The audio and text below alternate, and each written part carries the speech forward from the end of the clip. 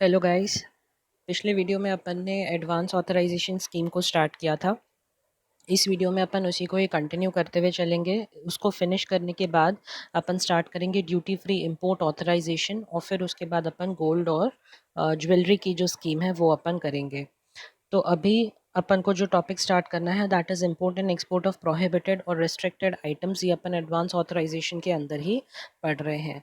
यहाँ पर अपन जिन चीज़ों के बारे में पढ़ेंगे वो प्रोहिबिटेड या रिस्ट्रिक्टेड आइटम्स है। अपन को उसके इंपोर्ट या एक्सपोर्ट के बारे में पढ़ना है और ये जानना है कि अगर आप प्रोहिबिटेड आइटम्स को अगर या रिस्ट्रिक्टेड आइटम्स को अगर इम्पोर्ट या एक्सपोर्ट करना चाहते हो तो आपको क्या करना पड़ेगा। सबसे पहला पॉइंट है export of a prohibited item. तो अपन कह रहे हैं export of a prohibited item. Prohibited item मतलब जो मना है। मे बी अलाउड, इसको अलाउ किया जा सकता है under advance authorisation provided it is separately so notified subject to the conditions given therein. तो जो भी कंडीशंस लिखी होंगी नोटिफिकेशन के बारे में अब आपको उन्हीं के अकॉर्डिंगली इन गुड्स को नोटिफाई करना पड़ेगा। जब आप एडवांस ऑथराइजेशन के लिए अप्लाई करोगे या इंडिकेट करोगे कि आप एडवांस ऑथराइजेशन में आना चाहते हो तो आपको ये बताना पड़ेगा, लिस्ट देनी पड़ेगी कि आप कौन कौन से आइटम्स को इंपोर्ट करोगे, क्या बनाओगे, क्या मैन्युफैक्चर करोगे और कौन कौन से आइटम्स को आप एक्सपोर्ट करने वाले हो। अगर आपके किसी भी आइटम में प्रोहिबिशन आ जाता है या प्रोहिबिटेड आइटम्स की लिस्ट में आता है और आप उसको एक्सपोर्ट करना चाहते हो तो आपको उसे सेपरेटली नोटिफाई करना पड़ेगा और जो उसमें कंडीशंस लिखी होंगी उनको कंप्लाई करना बहुत ज़रूरी है। अगर उन कंडीशंस को आप कंप्लाई कर लेते हो तब आपको अलाउ किया जाएगा, क्योंकि साफ साफ लिखा है it may B allow. May be का मतलब किया भी जा सकता है और नहीं भी किया जा सकता। ठीक है, तो it may be allowed, it is not necessary that it will be allowed, subject to the conditions अगर आपने फॉलो करी हैं तो। फिर आइटम्स रिजर्व्ड, सबसे पहले तो ये आइटम्स जो है वो रिजर्व्ड है फॉर इम्पोर्ट्स बाय, इम्पोर्ट्स मतलब अंदर लाने के लिए, by STEs which are state trading enterprises. Now what are state trading enterprises? State trading enterprises वो होते हैं जो गवर्नमेंट कंट्रोल्ड ऑर्गेनाइजेशंस होते हैं। For example FCI, food corporation of India, that is the FCI, या फिर BPCL हो गया, HPCL हो गया, ये सब जो है स्टेट ऑर्गेनाइजेशंस होती हैं। Gas authority of India limited हो गया, ये सब जो होती है ये स्टेट ट्रेडिंग एंटरप्राइजेज होती हैं। मतलब इनके पास गवर्नमेंट की तरफ से ही इनको परमिशंस होती हैं कुछ चीज़ें इंपोर्ट करने की। तो ये परमिशन स्पेसिफिकली सिर्फ स्टेट ट्रेडिंग एंटरप्राइजेस को ही मिलती है, इनके अलावा और किसी को नहीं मिलती। अगर आप ऐसे किसी आइटम में डील करते हो तो आप क्या कर सकते हो, आप उन आइटम्स को इन स्टेट ट्रेडिंग एंटरप्राइजेस से प्रोक्योर कर सकते हो instead of directly importing them. क्योंकि आप अगर डायरेक्ट इंपोर्ट के लिए जाओगे तो आपको परमिशन नहीं मिलेगी, तब भी आपको यही कहा जाएगा कि आप स्टेट ट्रेडिंग एंटरप्राइज से इसको प्रोक्योर कर लीजिए। स्टेट ट्रेडिंग एंटरप्राइज आपको अगर उनके खुद के स्टॉक में वो सामान होगा तो वो आपको डायरेक्टली वहाँ से प्रोवाइड कर देंगे। Otherwise what they will do is they will give you a high sea sales type का एक आपको दे देंगे। मतलब मान लीजिए मैं एक स्टेट ट्रेडिंग एंटरप्राइज हूँ, फूड कॉरपोरेशन ऑफ इंडिया हूँ मैं। आप मेरे पास आए और आपने मुझे कहा कि आपको ड्रैगन फ्रूट चाहिए। ड्रैगन फ्रूट एक एग्जॉटिक फ्रूट है जो बाहर से आता है। आपने कहा कि आपको ड्रैगन फ्रूट का ऑर्डर देना है 20 kgs का और आप मेरे पास आए। आप डायरेक्टली इसको इंपोर्ट नहीं कर सकते, सिर्फ एग्जांपल के तौर पे कह रहा हूँ। आप डायरेक्टली इसको इंपोर्ट नहीं कर सकते, आपको ये फूड कॉरपोरेशन के थ्रू ही इंपोर्ट करवाना पड़ेगा। तो आप मेरे पास आए, आपने बोला कि 20 kgs का जो है ऑर्डर देना है ड्रैगन फ्रूट का। मैंने कहा कि ड्रैगन फ्रूट अभी स्टॉक में नहीं है लेकिन हमने मंगाया हुआ है, चाइना से जो है वो इम्पोर्ट होता है तो अभी ट्रांजिट में है, मतलब अभी वो रास्ते में है। जब आएगा स्टॉक में तब हम आपको दे देंगे।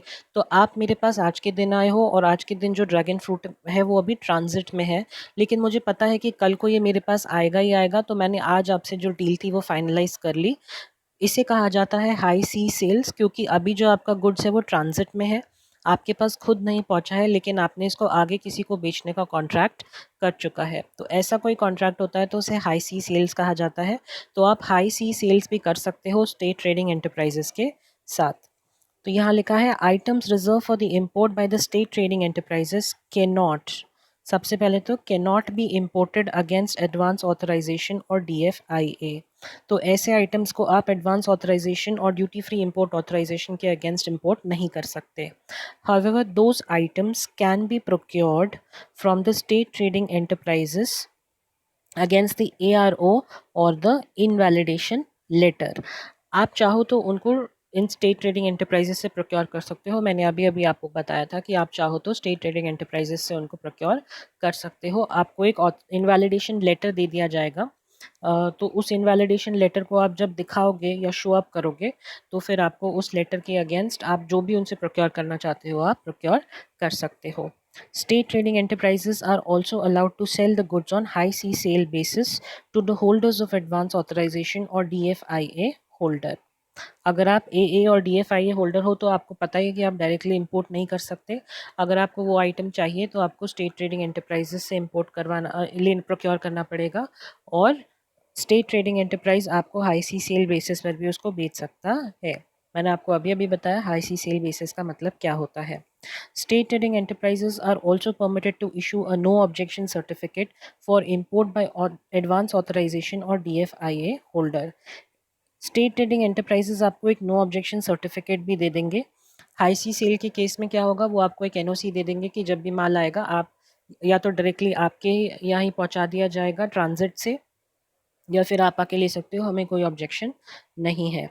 Authorisation holder would be required to file quarterly return of imports effected against such NOC। अगर उन्होंने आपको NOC दे दिया है, अगर STE आपको डायरेक्टली NOC दे देता है कि आप चाहो तो डायरेक्ट प्रोक्योरमेंट कर सकते हो, डायरेक्टली इंपोर्ट कर सकते हो, उसके बाद आप डायरेक्ट इंपोर्ट्स कर सकते हो, लेकिन STE के NOC मिलने से पहले आप कोई भी डायरेक्ट इंपोर्ट्स नहीं कर पाओगे। ठीक है। अगर स्टेट ट्रेडिंग एंटरप्राइज ने आपको डायरेक्ट इंपोर्ट्स के लिए NOC दे दिया है तो आप डायरेक्टली जो क्वांटिटी है उसको आप इंपोर्ट कर लो। अगर आपके पास NOC नहीं है तो आप डायरेक्ट इंपोर्ट्स नहीं कर पाओगे। और अगर आपको NOC मिल चुकी है तो आपको क्वार्टरली रिटर्न्स फाइल करने पड़ेंगे। क्वार्टरली रिटर्न्स मतलब हर 3 महीने में आपको रिटर्न फाइल करना पड़ेगा, जिसमें आपको इंडिकेट करना पड़ेगा कि इंपोर्ट जो आपने किया है against this NOC to the concerned STE, and STE would submit a half-yearly import figures of such imports to the concerned administrative department for monitoring with the copy endorsed to the DGFT। तो आप तो quarterly return file करोगे ही, और जो STE है वो क्या करेगा, वो हाफ ईयरली रिपोर्ट्स फाइल करता जाएगा कि इतनी इतनी क्वांटिटी जो है आपने इंपोर्ट करी है अगेंस्ट दी NOC, और वो सारा का सारा डेटा DGFT के पास फाइल होगा। तो ये था इंपोर्ट्स के बारे में। अब अपन पढ़े ऐसे आइटम्स जो एक्सपोर्ट में कवर हुए हैं। Items reserved for export bye STE। अब ऐसे आइटम्स जो सिर्फ STE के लिए रिजर्व करे गए हैं फॉर एक्सपोर्ट पर्पसेस। ऊपर वाला जो पॉइंट अपन ने पढ़ा था वो इंपोर्ट पर्पसेस के लिए था।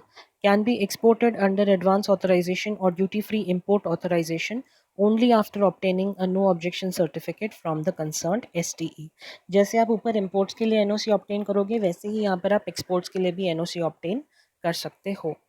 Import of restricted items shall be allowed under advance authorization और DFIA subject to the permissions। जो restricted items है, ध्यान रखिएगा restricted और prohibition में फ़र्क होता है।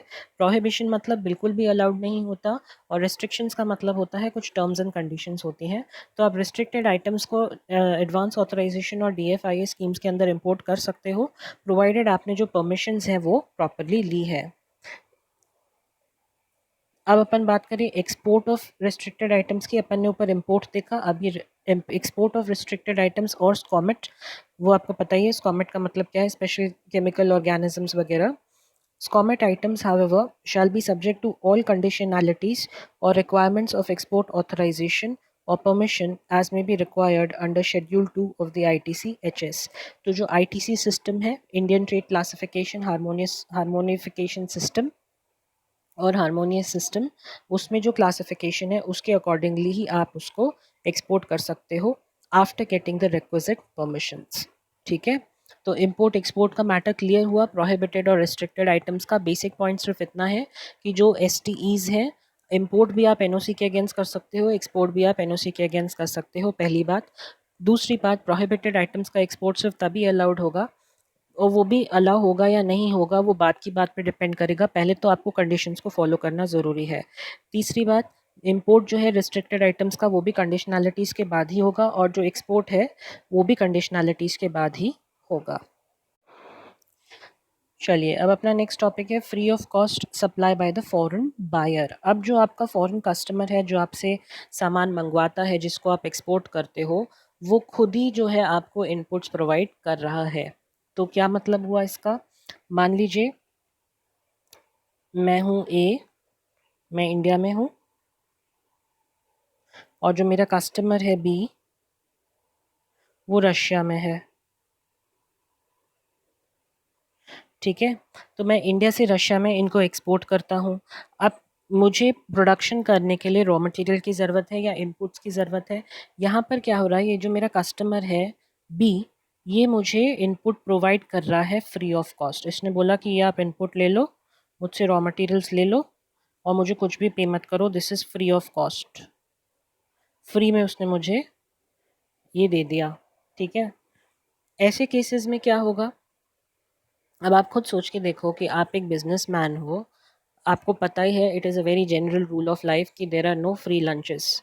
लाइफ में कोई भी फ्री लंचेस नहीं होते कभी भी। ठीक है, तो आप खुद एक बिजनेसमैन हो, आप सोच कर देखो कि अगर आपको कोई फ्री इनपुट्स दे रहा है, सामने से बोलता है कि आप रॉ मटेरियल ले लो, आप मुझे ही सप्लाई करने वाले हो, आप रॉ मटेरियल मुझसे ले लो फ्री ऑफ कॉस्ट और इसी से प्रोडक्शन कर दो। तो कल को जब आप उसे बेचने जाओगे, सामान प्रोड्यूस किया हुआ, मैन्युफैक्चर किया हुआ, आप उसे कॉस्ट रिकवर करोगे, तो वो बोलेगा अरे रॉ मटेरियल तो मैंने ही दिया था, तो तुम रॉ मटेरियल का नोशनल कॉस्ट इसमें से माइनस कर दो, और जितना भी बैलेंस बचेगा वो मैं तुम्हें पे कर देता हूँ। एक तरीके से तो अपना बेनिफिट वो क्लेम करेगा ही। कभी भी आपको वो फ्री ऑफ कॉस्ट वैसे होता नहीं है, सिर्फ बोलने के लिए है फ्री ऑफ कॉस्ट, अदरवाइज नहीं होता। In such cases the notional value का मतलब अप्रॉक्सीमेट वैल्यू। अप्रॉक्सीमेट वैल्यू पर क्या होगा, वो जो फ्री ऑफ कॉस्ट इनपुट है, it shall be added in the CIF value of import and FOB value of export for the purpose of computation of value addition. आपको पता ही है वैल्यू एडिशन अपन ने पहले पढ़ा था, A-B/B, यानी FOB value of export, FOB हमेशा एक्सपोर्ट्स में देखते हैं, minus CIF value of import, मतलब जिस प्राइस पे मैं इसको बाहर भेज रहा हूँ माइनस जिस प्राइस पे मैं इसको लेकर आया था अंदर, डिवाइडेड बाय जिस प्राइस पे मैं इसको लेकर आया था अंदर। तो वैल्यू एडिशन कैलकुलेट करने के पर्पस में मैं एक एस्टिमेटेड वैल्यू ले लूँगा रॉ मटेरियल्स की, जो मैंने प्रोक्योर करी थी, और वही एस्टिमेटेड वैल्यू मेरे FOB में भी ऐड होगी और CIF में भी ऐड होगी। ठीक है, however realization of export proceeds would be equivalent to an amount excluding the notional value of such input.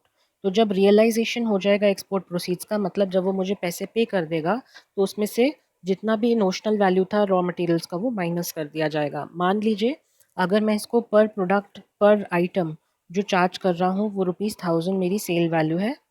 ठीक है, और इसने ₹100 का नोशनल वैल्यू, अप्रॉक्सीमेट वैल्यू पर आइटम मुझे रॉ मटेरियल इसने प्रोवाइड किया था फ्री ऑफ कॉस्ट। तो जब मैं इसको बेचूंगा, इसको बेचने जाऊंगा, बोलूँगा कि ये लो आपके प्रोडक्ट्स ₹1000 पर आइटम के हिसाब से है, वो बोलेगा रॉ मटेरियल तो मैंने ही दिया था। तो एक काम करते हैं, approximate value of raw material इसमें से माइनस कर देते हैं। तो इसमें से ₹100 माइनस हो जाएंगे, तो अप्रॉक्सीमेट या इफ़ेक्टिव इफ़ेक्टिव रियलाइजेशन कितना होगा?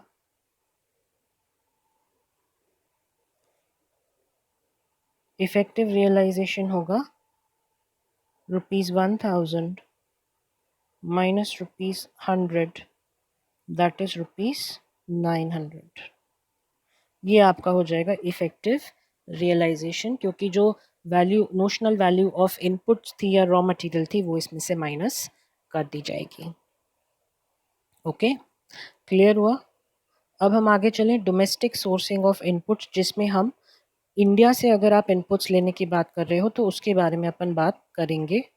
इनपुट्स फ्रॉम इंडिया, जब आप डोमेस्टिक सोर्सिंग करने वाले हो इनपुट्स की, लेकिन आप उन प्रोडक्ट्स का एक्सपोर्ट करने जाओगे, तो एक्सपोर्ट करते टाइम तो टैक्सेस तो लगते ही हैं, और जो जब आप डोमेस्टिक सोर्सिंग करोगे तो डोमेस्टिक टैक्सेस भी लगेंगे ही।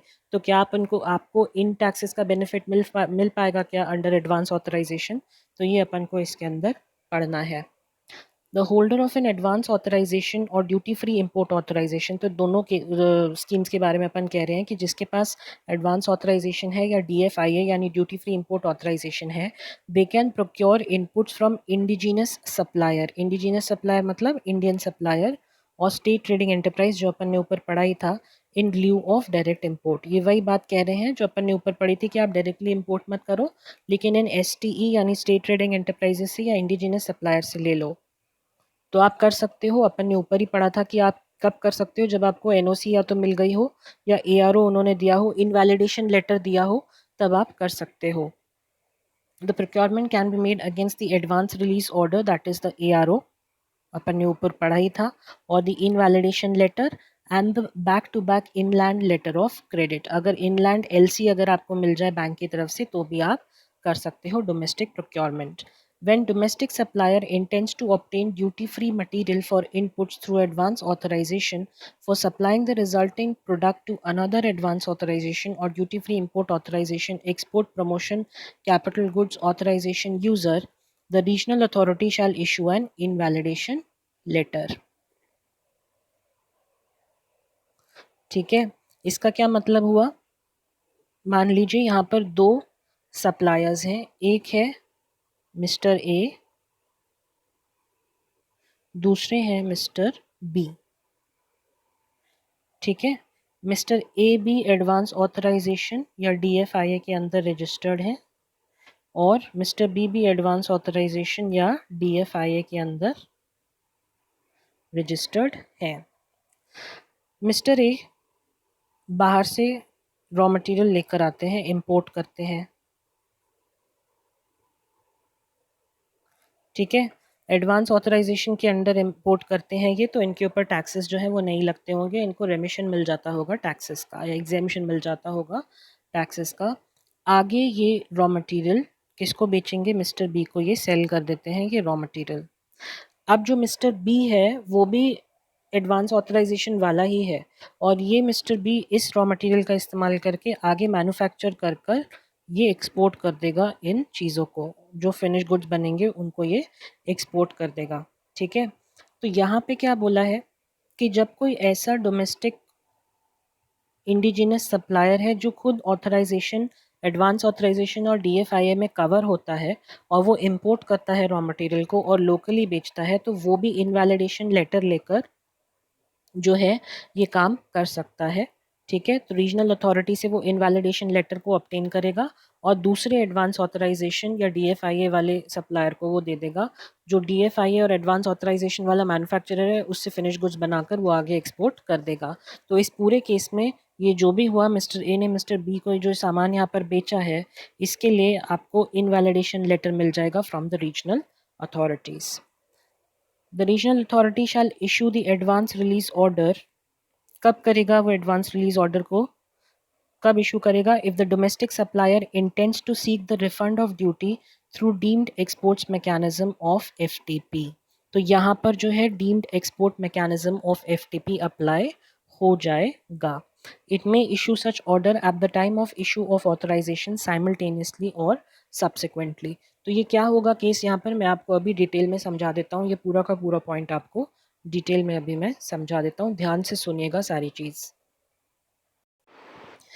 अब देखिए अपन को यहाँ पर डीम्ड एक्सपोर्ट्स को डिस्कस करना है। एक तो मैंने आपको शुरू में ही बताया था कि अगर आप DTA से कुछ SEZ में बेचते हो उसको, तो उसको डीम्ड एक्सपोर्ट माना जाता है, यानी वो एक्चुअल एक्सपोर्ट नहीं होता लेकिन माना जाता है कि वो एक्सपोर्ट है। दूसरा किस केस में माना जाएगा कि आपने एक्सपोर्ट किया है, वो यहाँ पर होगा, यहाँ पर एक मिस्टर ए है जो रॉ मटेरियल मंगाते हैं, ठीक है, इम्पोर्ट करवाते हैं, खुद उसमें कुछ प्रोसेसिंग करेंगे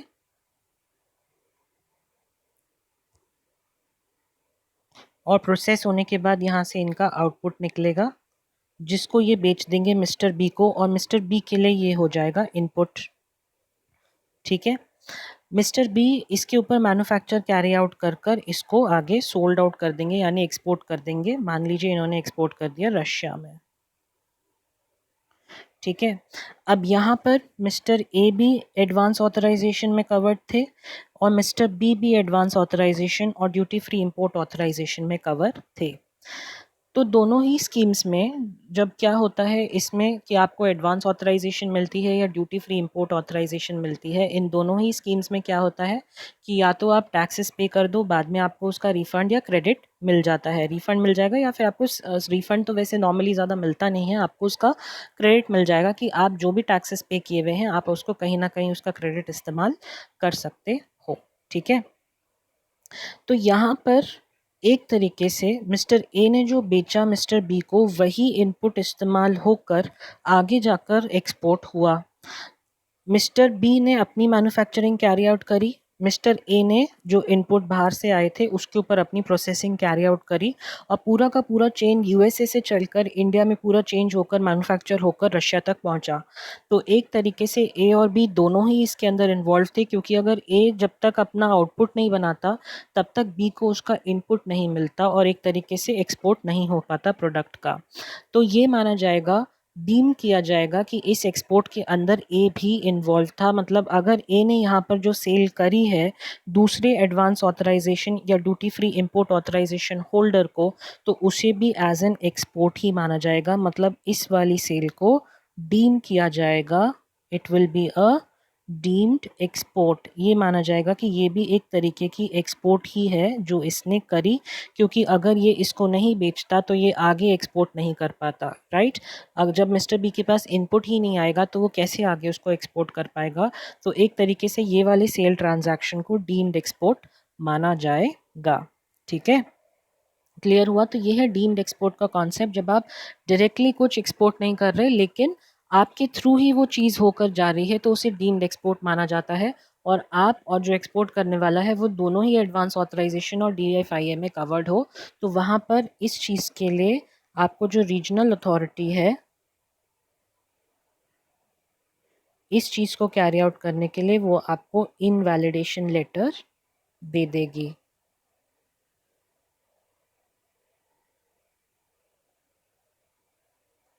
इनवैलिडेशन लेटर दे देगी तो मिस्टर बी जो है वो डोमेस्टिक प्रोक्योरमेंट कर पाएगा from mister A, right. Domestic procurement कर पाएगा फ्रॉम ए। कैसे कर पाएगा? By using the invalidation letter, और जो भी टैक्सेस होंगे इसके ऊपर उसका इसको क्रेडिट मिल जाएगा। एक तरीके से इसको चीज़ें सस्ती पड़ेंगी, क्रेडिट मिल जाएगा और बेनिफिट जो है इसके पास आ जाएगा। ठीक है, समझ आया? तो यही पॉइंट है जो अभी अपन इतनी देर से कर रहे थे। आगे चलिए नेक्स्ट पॉइंट के ऊपर। तो ये जो लेटर है वो कब इशू किया जा सकता है? या तो जब आपने ऑथराइजेशन के लिए अप्लाई किया हो साइमल्टेनियसली उसी टाइम आप प्रूव कर दो कि ऐसा ऐसा कॉन्सेप्ट है या ऐसा ऐसा होने वाला है, तो आपको उसी टाइम वो इनवैलिडेशन लेटर प्रोवाइड कर देंगे। Advance authorization holder under the domestic tariff area can procure inputs from EOUs, EHTP, BTP, STP or SEZ units without obtaining the advance release order or invalidation letter। अगर वो SEZ आपको पता ही है कि foreign territory मानी जाती है, एक्सपोर्ट ओरिएंटेड यूनिट भी फॉरेन टेरिटरी माना जाता है, EHTP भी ऐसी ही होती है। अगर आप इन सब चीज़ों से डोमेस्टिक टैरिफ एरिया में इनपुट्स प्रोक्योर करना चाहते हो तो आप बिना ARO या इनवैलिडेशन लेटर के कर सकते हो, क्योंकि उसको डीम्ड इम्पोर्ट माना जाएगा। Duty free import authorization holder shall also be eligible for advance release order और invalidation letter facility। ये तो अपन ने ऊपर भी पढ़ा कि जिसके पास DFIA है उसके ऊपर भी उसको भी इनवैलिडेशन लेटर जो है वो प्रोवाइड किया जा सकता है, या एडवांस रिलीज ऑर्डर जो है वो प्रोवाइड किया जा सकता है। ठीक है, कोई भी डाउट हो अगर इसमें तो आप मुझे व्हाट्सएप पे बिल्कुल पूछिएगा, क्योंकि मैं जानता हूँ ये टॉपिक जो है थोड़ा सा फसी टॉपिक है, थोड़ा सा टेक्निकल टॉपिक है, आपको बहुत दिमाग लगाकर इसको समझना पड़ेगा। तो अपना टाइम लीजिए, प्रॉपर्ली पढ़िए, कोई जल्दी नहीं है। Currency for realisation of export proceeds. अब कौन सी करेंसी में आप एक्सपोर्ट प्रोसीड्स रियलाइज करोगे? Exports proceed shall be realised in freely convertible currency except otherwise specified. जब तक कि कुछ स्पेसिफिकली लिखा गया ना हो या कुछ स्पेसिफिकली स्पेसिफाइड नहीं हो, आपको फ्रीली कन्वर्टेबल करेंसी में ही जो है एक्सपोर्ट प्रोसीड्स को रियलाइज़ करना ज़रूरी है। जब तक आप फ्रीली कन्वर्टेबल करेंसी में उसको रियलाइज़ नहीं करोगे तब तक वो नहीं माना जाएगा कि वो वैलिड है। Export to rupee payment area, मतलब ऐसे एरियाज जहाँ पर रुपीज़ में ही पेमेंट होती है, for which payments are not received in freely convertible currency shall be subjected to the minimum value addition as specified in appendix 4C। जहाँ पर freely convertible currency में नहीं हो रही है तो फिर उनको रुपी पेमेंट एरिया माना जाएगा। मतलब जितनी वैल्यू एडिशन यहाँ पर लिखी होगी अपेंडिक्स 4C में उसको आपको कंप्लाई करना ज़रूरी है। अगर आपने कंप्लाई नहीं करा तो फिर उसको एक्सपोर्ट प्रोसीड्स में नहीं माना जाएगा। Export to SEZ units shall be taken into account for the discharge of export obligation provided the payment is realise from the foreign currency account of the SEZ unit. तो जो export obligation है उसको fulfil करने के लिए अगर आपने ACZ unit में भी बेचा है कुछ, मैंने आपको शुरू में बताया था कि अगर आप एसीजेड यूनिट में कुछ बेचते हो तो वो डीम्ड एक्सपोर्ट माना जाएगा। तो अगर आपने एसीजेड यूनिट्स में भी कुछ बेचा है तो उसको भी वो एक्सपोर्ट प्रोसीड्स में काउंट कर लेंगे, और जो एक्सपोर्ट ऑब्लिगेशन आपको फुलफिल करनी थी उसके लिए भी उसको काउंट कर लिया जाएगा। तो एक तरीके से आपकी एक्सपोर्ट्स बढ़ जाएंगी। जो भी आपने एसीजेड यूनिट में बेचा है उसको भी वो लोग एज एक्सपोर्ट्स मान लेंगे। लेकिन इसकी एक कंडीशन ये है कि जो पेमेंट है उस एक्सपोर्ट की वो फॉरेन करेंसी अकाउंट, जो एसीजेड यूनिट का फॉरेन करेंसी अकाउंट है उसमें से रियलाइज़ होना ज़रूरी है। एक्सपोर्ट टू एसीजेड डेवलपर्स और को डेवलपर्स। अच्छा, यहाँ पर ऊपर लिखा था एसीजेड यूनिट्स, मतलब ये वो यूनिट्स हैं या वो कंपनीज़ हैं जो एसीजेड में ऑपरेट करती हैं। और यहाँ पर हम जो दूसरे पॉइंट में कह रहे हैं वो कह रहे हैं एसीजेड डेवलपर्स और को डेवलपर्स। तो यहाँ पर जो हम एक्सपोर्ट कर रहे हैं वो एसीजेड डेवलपर्स को कर रहे हैं, मतलब ऐसी कंपनीज जो एसीजेड बनाती हैं, ठीक है, ऐसे ऑर्गेनाइजेशंस जो एसीजेड बनवाते हैं, अगर हम उनको कर रहे हैं तो एक्सपोर्ट टू एसीजेड डेवलपर्स और को developers can also be taken into account for the discharge of export obligation even if the payment is realized in Indian rupees। तो अगर आपने एसीजेड डेवलपर्स या को डेवलपर्स को कुछ बेचा है तो उसको भी एक्सपोर्ट माना जाएगा और उसको भी as an export obligation fulfil करने के लिए काउंट कर लिया जाएगा। अगर उसकी पेमेंट इंडियन रुपीज़ में हुई है तो भी कोई बात नहीं, हम उसको एज एन एक्सपोर्ट मानकर आपके एक्सपोर्ट प्रोसीड्स के अंदर उसको इंक्लूड कर देंगे। Authorization holder needs to file the bill of export for export to SEZ unit or developer or co-developer in accordance with the procedures given in the SEZ rules 2006। ये अपन 11th chapter में पढ़ेंगे। यहाँ पे सिर्फ इतना लिखा है कि ऑथराइजेशन होल्डर ने अगर SEZ यूनिट को कुछ बेचा है या SEZ को डेवलपर या डेवलपर को बेचा है तो उसको बिल ऑफ एक्सपोर्ट को फाइल करना पड़ेगा। उसके बाद ही जो उसने बेचा है उसको एज एन एक्सपोर्ट प्रोसीड माना जाएगा। ठीक है, ईजी है, इसमें ज़्यादा कुछ डिफ़िकल्ट नहीं है। सिर्फ करेंसी के बारे में अपन को पढ़ना था और एक्सपोर्ट प्रोसीड्स में क्या क्या इंक्लूड होगा वो अपन को पढ़ना था, जो अपन ने कवर कर लिया। अब आए एक्सपोर्ट ऑब्लिगेशन के ऊपर। मैंने आपसे ऊपर कहा ही था कि आपको एक्सपोर्ट ऑब्लिगेशन फुलफ़िल करनी पड़ेगी। तो फुलफ़िल करने के लिए आपको एक पीरियड दिया जाएगा कि आपको इतने इतने एक्सपोर्ट्स करके दिखाने हैं। अपन ने शुरू में पढ़ा भी था पिछले वीडियो में कि कितने लेवल तक के एक्सपोर्ट्स आपको करना ज़रूरी है। तो आपको इतने लेवल तक के एक्सपोर्ट्स किस टाइम पीरियड में करने हैं वो अपन को यहाँ पढ़ना पड़ेगा। Fulfilment of period under the advance authorisation. तो 18 महीने का आपको जो है टाइम पीरियड दिया जाएगा for covering the export obligation. आपको 18 महीने के अंदर एक्सपोर्ट ऑब्लिगेशन को फुलफिल करना है। तो जिस दिन आपको ऑथराइजेशन मिला है फ्रॉम द DGFT उसके 18 मंथ्स के अंदर आपको आपका एक्सपोर्ट ऑब्लिगेशन फुलफिल करके देना है। ठीक है, तो 18 महीने कब से काउंट होंगे ये आपके? From the date of issue of authorisation. जिस दिन आपको ऑथराइजेशन मिली है उस दिन से आपके 18 महीने जो है वो काउंट किए जाएंगे कि उन 18 महीनों के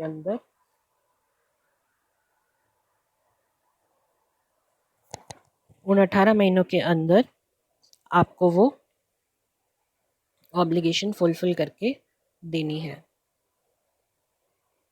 ओके,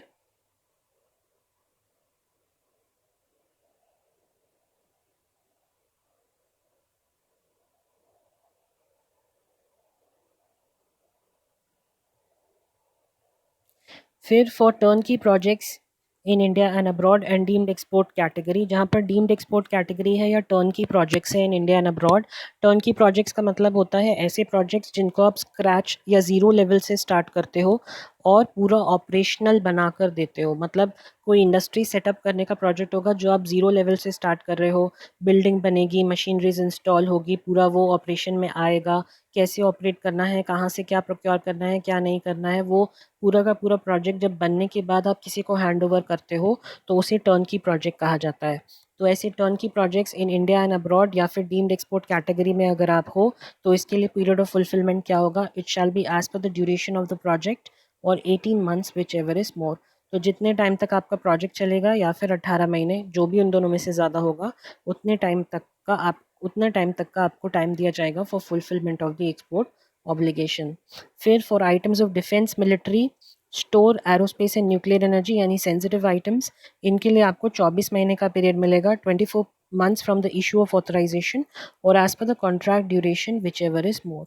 24 महीने मिलेंगे from the date of issue of authorization या फिर contract duration, जो भी ज़्यादा होगा उस हिसाब से आपको 24 months दिए जाएंगे. ठीक है, तो ये अपन ने पढ़ा पीरियड ऑफ फुलफिलमेंट.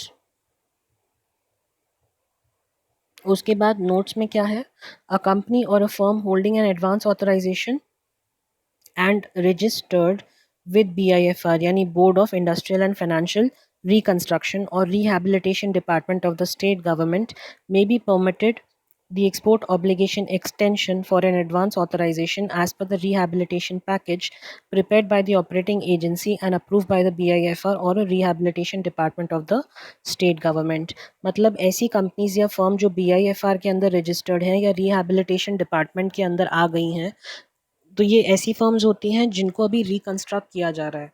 जो डूब गई हैं या परफॉर्म नहीं कर पा रही हैं उनको रिकंस्ट्रक्ट करने की ज़रूरत है, वापस बिजनेस में लाने के लिए उनके प्लान को रिवाइज करने की ज़रूरत है. तो ऐसी कंपनीज के लिए जो एक्सपोर्ट ऑब्लिगेशन फुलफिल करने का टाइम पीरियड है उसको बढ़ा दिया जाएगा, थोड़ा सा रिलैक्सेशन उनको दिया जाएगा या एक्स्ट्रा टाइम पीरियड दिया जाएगा. और वो कितना टाइम पीरियड दिया जाएगा वो एज़ पर द प्लान, जो भी प्लान बनाया होगा BIFR ने या रिहैबिलिटेशन डिपार्टमेंट ने, उस हिसाब से डिसाइड होगा. The time period for extension shall B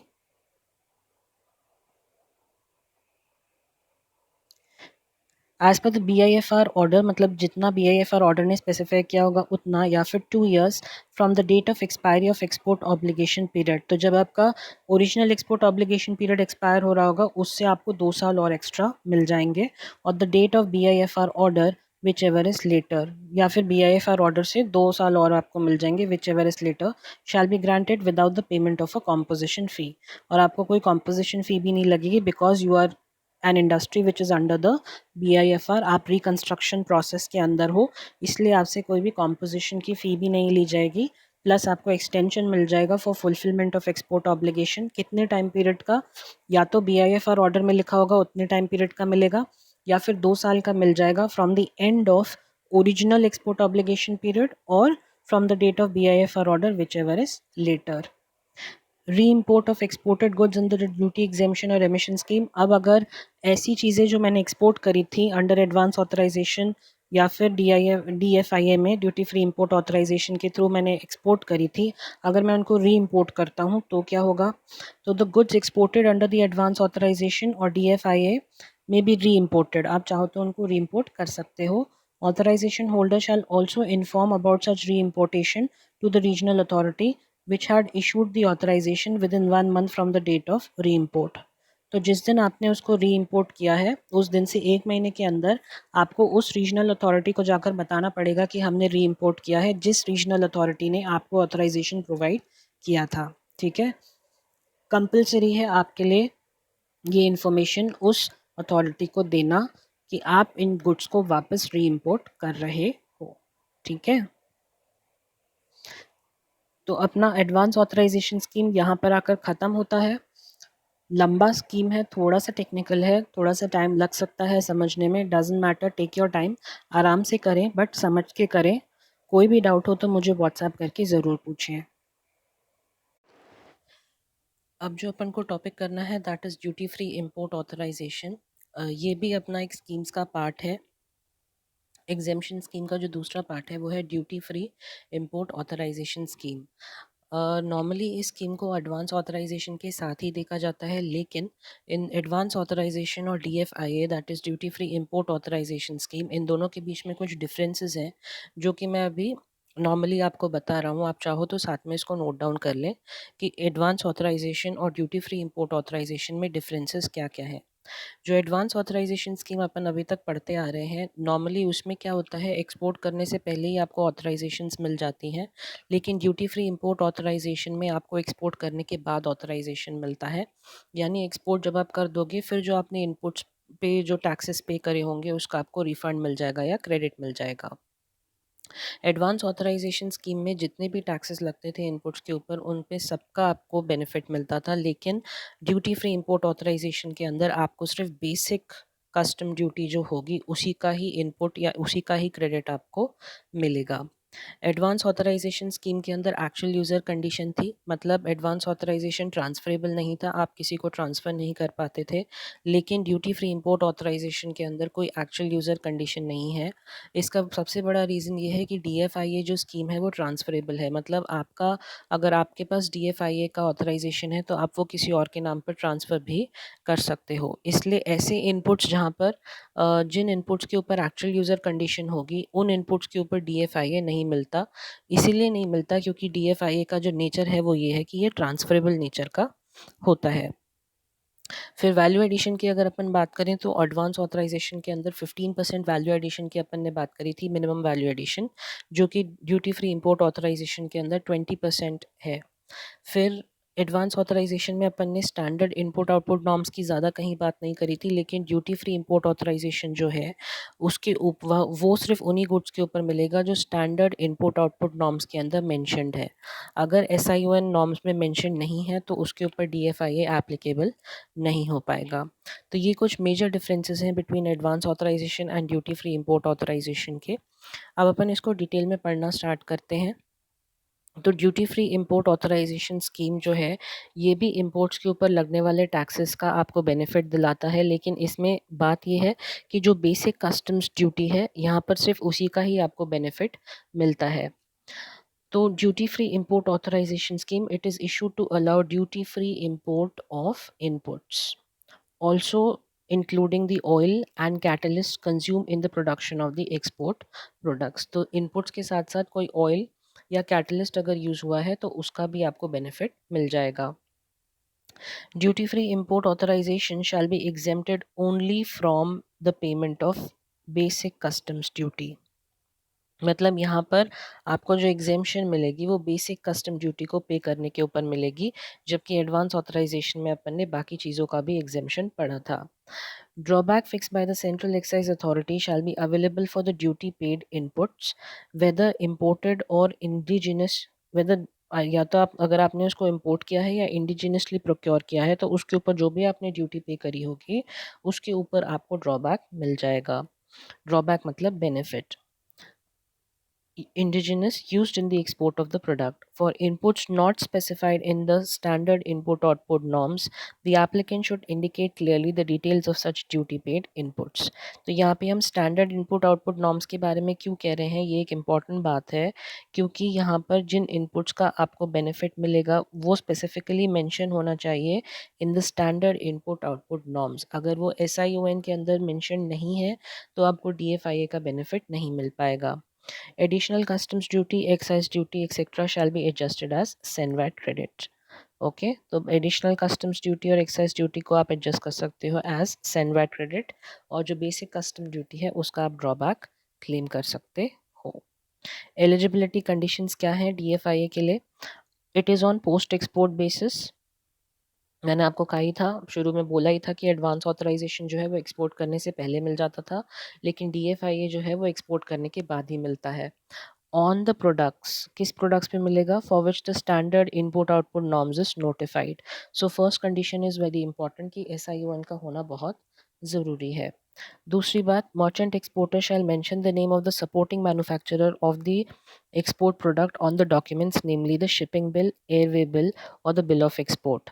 तो अगर आप मर्चेंट एक्सपोर्टर हो यानी मैन्युफैक्चरर नहीं हो तो आपको मैन्युफैक्चरर का नाम भी उसमें मेंशन करना ज़रूरी है, क्योंकि जो सपोर्टिंग मैन्युफैक्चरर होता है उसको भी इस चीज़ का बेनिफिट मिलना बहुत ज़रूरी है। इसीलिए आपको बिल के ऊपर सपोर्टिंग मैन्युफैक्चरर का मेंशन करना बहुत ज़रूरी है। The application is to be filed to the regional authority before exporting under the DFIA। तो एक्सपोर्ट करने से पहले जो है आप एप्लीकेशन फाइल कर दो, जैसे ही आप एक्सपोर्ट कर दोगे फिर आपको सारे के सारे बेनिफिट्स मिल जाएंगे। मिनिमम वैल्यू एडिशन, यहाँ पर 20% का मिनिमम वैल्यू एडिशन ज़रूरी है, जबकि एडवांस ऑथराइजेशन में कम से कम 15% का मिनिमम वैल्यू एडिशन होना ज़रूरी था।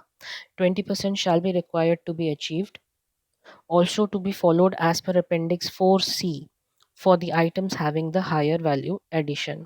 Validity and transferability of DFIA, it is freely transferable as I told you already।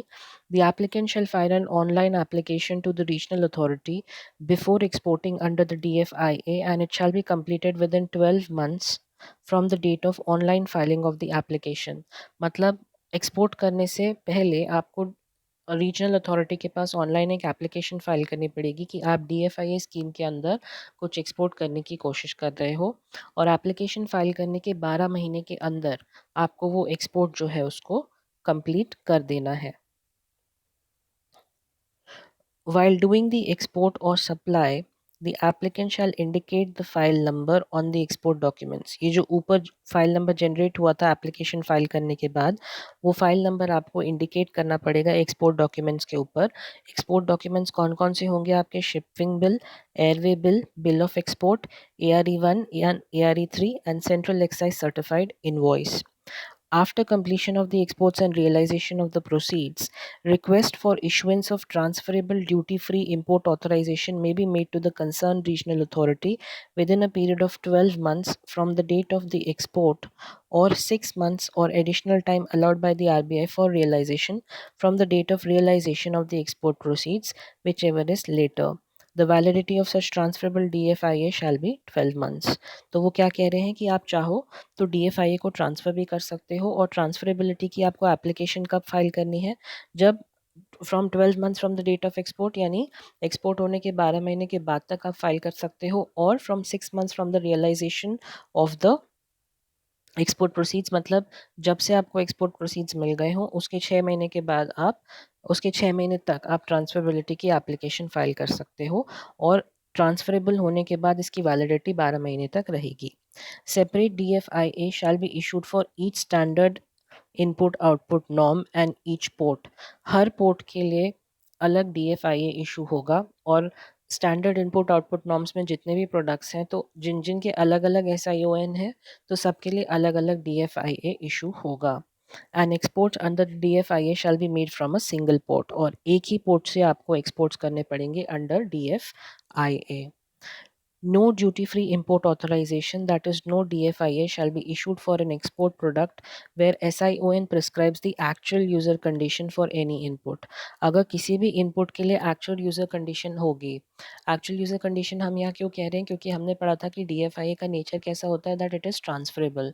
तो अगर आप actual user condition डाल दोगे तो transferability reject हो जाएगी, क्योंकि जब आप ट्रांसफरेबल बोलते हो तो वहाँ पे एक्चुअल यूज़र कंडीशन कंप्लाई नहीं होती। हो सकता है कि एक्चुअल यूज़र कोई और हो और DFIA किसी और ने ली हो, तो वो उसको ट्रांसफ़र कर देगा, राइट? तो ऐसे प्रोडक्ट्स जिनके लिए ऐसे input standard input output norms के अंदर जो प्रोडक्ट्स ऐसे होंगे जिसमें एक्चुअल यूज़र कंडीशन का होना बहुत ज़रूरी है, तो उन प्रोडक्ट्स के ऊपर आपको DFIA नहीं मिल पाएगा। फिर हम पढ़े सेंसिटिव आइटम्स अंडर DFIA। ऐसे कौन कौन से आइटम्स हैं जिनको सेंसिटिव आइटम्स माना जाता है?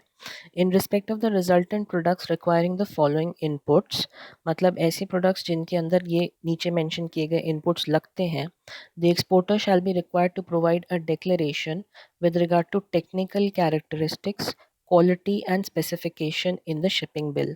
तो जो एक्सपोर्टर है उसको शिपिंग बिल के अंदर टेक्निकल कैरेक्टरिस्टिक्स को मेंशन करना ज़रूरी है। तो ऐसी कौन-कौन सी चीज़ें हैं, कौन-कौन सी चीज़ें ऐसी हैं जिनको सेंसिटिव माना जाएगा? मतलब अगर मेरे फिनिश प्रोडक्ट के अंदर ये सारे इनपुट्स यूज़ हुए हैं, तो मुझे एक डिक्लेरेशन देना पड़ेगा और उसके अंदर टेक्निकल कैरेक्टरिस्टिक्स को लिखना पड़ेगा कि मैं जो एक्सपोर्ट कर रहा हूँ, उसके अंदर ये वाली चीज़ें इंक्लूड हुई हैं। तो कौन-कौन सी चीज़ें हैं? Alloy, steel including stainless steel, copper alloy, synthetic rubber, bearings, solvent, perfumes, essential oil, aromatic chemicals, surfactants, relevant fabric marbles, articles made of polypropylene, articles made of paper and paperboard, insecticides, lead, ingots, zinc ingots, citric acid, relevant glass fiber reinforcement, relevant synthetic resin, and lining material. While issuing duty-free import authorization, that is DFIA, the regional authority shall mention the technical characteristics, quality and specification in respect of the above inputs in the authorization. तो अगर आपको इन inputs के लिए DFIA मिलेगा, authorization मिलेगा, तो जो regional authority है उसको technical characteristics को mention करना बहुत ज़रूरी है, क्योंकि इन items को sensitive items कहा गया है। ठीक है? तो ये था आपका सिर्फ DFIA के बारे में। ज़्यादा डिटेल में DFIA है नहीं, although it is very much similar to advance authorisation, but इसमें कुछ स्टार्क डिफरेंसेस थे जो कि मैंने आपको स्टार्टिंग में बता दिए। ठीक है, आई होप ये क्लियर रहा होगा। चाहिए तो इसको दोबारा रिवाइज़ करिएगा। ज़्यादा डिफ़िकल्ट DFIA वैसे है नहीं, अगर एडवांस ऑथराइज़ेशन आपको क्लियर है तो DFIA उसके सामने बहुत ही ईज़ी है। अब जो अपन को नेक्स्ट टॉपिक पढ़ना है that is the scheme for the exports of James and jewellery. हालांकि ये एडवांस ऑथराइजेशन से काफ़ी कुछ सिमिलर है, लेकिन आपकी बुक में इसको कोर्स में आपके बुक कोर्स में अलग से दिया हुआ है, इसलिए इसको पढ़ना ज़रूरी है। तो जेम्स और ज्वेलरी के ऊपर कौन सी स्कीम लगेगी वो अपन को अब करनी है। जब आप जेम्स और ज्वेलरी की बात करते हो तो जो ज्वेलरी बनती है वो एक्चुअल में ऐसी नहीं मिलती, वो रॉ गोल्ड से बनाई जाती है। जो भी गोल्ड माइन किया जाता है या जो भी निकलता है उस रॉ गोल्ड से उस ज्वेलरी को बनाया जाता है और उसके अंदर प्रेशियस मेटल्स भी लगते हैं। तो जेम्स एंड ज्वेलरी के लिए इनपुट्स कौन कौन से होंगे?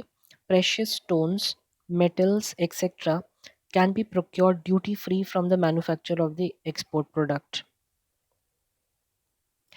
तो एक्सपोर्ट प्रोडक्ट यानी जो भी आपकी फाइनल ज्वेलरी होगी उसको मैन्युफैक्चर करने के लिए आप प्रेशियस स्टोन्स और मेटल्स को ड्यूटी फ्री आप उनको प्रोक्योर कर सकते हो। मतलब उन प्रेशियस स्टोन्स और मेटल्स के ऊपर कोई भी टैक्सेस पे करने की ज़रूरत नहीं है या ड्यूटी पे करने की ज़रूरत नहीं है।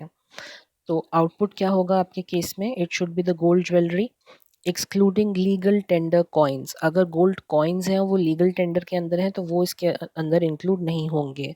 Containing gold of 8 carrots and above, तो जो ज्वेलरी बन रही है वो 8 कैरेट्स और अबव की होनी ज़रूरी है। Silver jewelry excluding legal tender coins and engineering goods containing silver more than 50% by weight। तो या तो गोल्ड ज्वेलरी हो जो 8 कैरेट्स के ऊपर हो या सिल्वर ज्वेलरी हो जिसमें 50% बाय वेट से ज़्यादा सिल्वर हो। मतलब टोटल ज्वेलरी का जो वेट है उस टोटल वेट का 50% से ज़्यादा जो है उसमें सिल्वर का कंटेंट होना ज़रूरी है। Platinum jewelry excluding legal tender coins and engineering goods containing platinum more than 50% by weight। वही सिमिलर सिल्वर के जैसा है, जैसे सिल्वर में 50% बाय वेट से ज़्यादा सिल्वर होना चाहिए वैसे ही प्लैटिनम ज्वेलरी के अंदर भी 50% बाय वेट से ज़्यादा प्लैटिनम होना ज़रूरी है।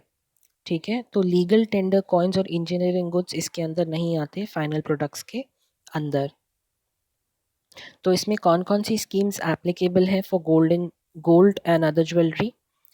दो स्कीम्स जो एप्लीकेबल हैं दैट इज़ एडवांस प्रोक्योरमेंट और replenishment of precious metals from nominated agencies. तो आप नॉमिनेटेड एजेंसी से प्रेशियस मेटल्स को प्रोक्योर कर सकते हो और रीप्लेनिश करवा सकते हो। वो स्कीम के अंदर जब आप डिटेल्स में जाओगे तब आपको पता चलेगा which is not actually applicable for you. Replenishment authorisation for gems, वैसे ही जेम्स के लिए रिप्लेनिशमेंट ऑथराइजेशन आपको मिल सकता है कि अगर ख़त्म हो गए हैं तो आप उसको वापस रिप्लेनिश कर सकते हो। Replenishment authorisation for consumables and advance authorisation for precious metals. तो एडवांस ऑथराइजेशन स्कीम आप यूज़ कर सकते हो for importing of precious metals. तो इसमें भी आपको वैल्यू एडिशन निकालना पड़ेगा विच इज़ सिमिलर जैसा अपन ने किया था, that is FOB value of exports minus value of inputs divided by the value of inputs. Okay. DFIA shall not be available for James and jewellery sector. Again important कि यहाँ पर DFIA जो है वो अवेलेबल नहीं होगा for James and jewellery sector. Okay, तो इतना था जेम्स एंड ज्वेलरी सेक्टर के अंदर, इससे ज़्यादा इसके अंदर और कुछ भी नहीं है। ओके, अब जो नेक्स्ट टॉपिक अपन को करना है which is the final scheme for you इस चैप्टर के अंदर, जो एक लास्ट स्कीम आपकी आती है that is the export promotion capital goods scheme. इसको समझने के लिए पहले आपको कैपिटल गुड्स का बेसिक समझना पड़ेगा जो अपन अभी समझते हैं। ओके, ध्यान से सुनिएगा कि कैपिटल गुड्स होते क्या हैं और किस बेसिस पे ये स्कीम लाई गई है।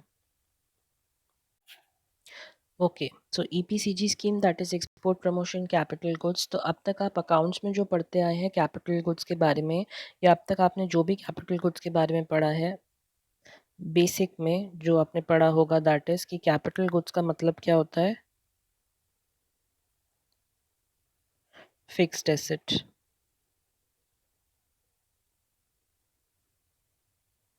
ठीक है, कैपिटल गुड्स का अब तक आप मतलब समझते आए हो that these are fixed assets.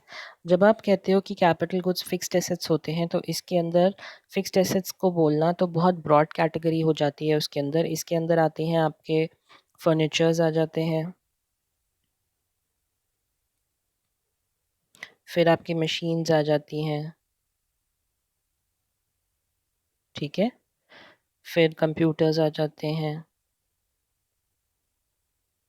Etcetera, और बाकी के एसेट्स इसके अंदर आते हैं। तो यहाँ पर जब हम कह रहे हैं कैपिटल गुड्स के बारे में, तो उसमें भी मशीनरी बेसिकली इंक्लूड होगी, और हमें ऐसी मशीनरी के बारे में देखना है जो कि एक्सपोर्ट प्रमोशन में काम आती हो। एक्सपोर्ट प्रमोशन जब आप कहते हो, एक्सपोर्ट और प्रमोशन साथ में आ रहा है, तो बेसिक फोकस आपका कहाँ होना चाहिए कि ये जो कैपिटल गुड्स हैं, जो कैपिटल गुड्स की आप यहाँ पर बात कर रहे हो, इनका जो मेन मकसद होना चाहिए, that is to help in promoting exports, ताकि आपके बिजनेस की एक्सपोर्ट्स करने की जो क्षमता है वो बढ़ाई जा सके। इसलिए आप ये कैपिटल गुड्स अपने बिजनेस के अंदर लेकर आ रहे हो। तो इन कैपिटल गुड्स का जो मेन मकसद होना चाहिए यहाँ पर, वो ये होना चाहिए कि ये एक तरीके से एक्सपोर्ट्स को प्रमोट करने की कोशिश करें। जब आप ऐसे कैपिटल गुड्स को अपने बिजनेस में लेकर आओगे, तो गवर्नमेंट क्या बोलेगा, जब आप इन कैपिटल गुड्स को अपने बिजनेस में लेकर आते हो, तो कैपिटल गुड्स के ऊपर जो टैक्सेस लगेंगे वो टैक्सेस आपके माफ़ कर दिए जाएंगे। कैसे? कैपिटल गुड्स का अगर आप इनवॉइस देखोगे, ये सिमिलर होता है किसी भी नॉर्मल गुड्स के इनवॉइस से। तो यहाँ पर भी सबसे पहले आती है आपकी basic value, which is the cost of the machine, ठीक है। प्लस इसके ऊपर लग जाते हैं आपके टैक्सेस, और टैक्सेस लगने के बाद यहाँ पर जो आपकी आती है, that is the purchase price और the sale value of the machine, यानी जिस प्राइस पे आप उसको खरीदोगे वो आपकी यहाँ पर फाइनल वैल्यू आ जाती है। तो इन कैपिटल गुड्स के लिए ये जो स्कीम लेकर आई है सरकार, that is export promotion capital goods, यहाँ पर आपको वो ये कह रहे हैं कि अगर आप इन कैपिटल गुड्स को इंपोर्ट करते हो कहीं से, मतलब बाहर की कंट्री से लेकर आते हो, आप इनको इंपोर्ट करते हो, तो इंपोर्ट के टाइम लगने वाले जो टैक्सेस होंगे आपके, यानी कस्टम्स ड्यूटी, अलग अलग टैक्सेस जो भी होंगे, उन टैक्सेस को हम हटा देंगे, या फिर एक तरीके से एग्जेम्प्ट कर देंगे, आपको वो टैक्सेस भरने की ज़रूरत नहीं है, ठीक है। इससे मशीनरी आपकी अंदर आ जाएगी, एक्सपोर्ट प्रमोशन की जो मशीनरी है वो अंदर आ जाएगी।